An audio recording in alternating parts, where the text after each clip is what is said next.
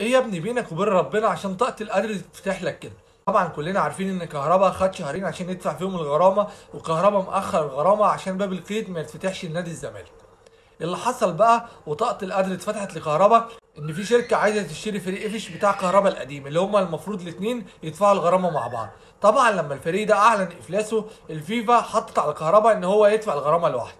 بس تأخير كهربا للغرامة حصل حاجة كويسة جدا لكهربا. اللي حصل ان في شركة دخلت عشان تشتري فريق كهربا القديم، والفيفا قالت للفريق ده والشركه دي انت ما ينفعش تشتري اي لاعب وتأيده في فريقك الا لما تدفع الغرامه اللي عليك، اللي هي غرامه كهربا. كهربا كان مجمع 70 مليون عشان يدفع الغرامه.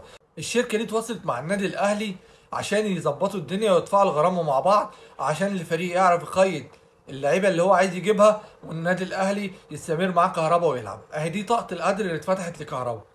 كهربا تأخير ان هو يدفع الفلوس فتح له طاقة القدر. كهربا كان المفروض يدفع 80 مليون، هو كان مجمع 70، دلوقتي هيدفع قد ايه؟ 40 ل 35 مليون. يبقى دلوقتي كهربا كسب 35 مليون. طبعا اللي حصل ده كله والفلوس اللي جابها طبعا معادله معاده مع النادي الاهلي، الاعلانات، حاجات كتير يعني، والنادي الاهلي دفع له فلوس عشان يدفع الغرامه دي.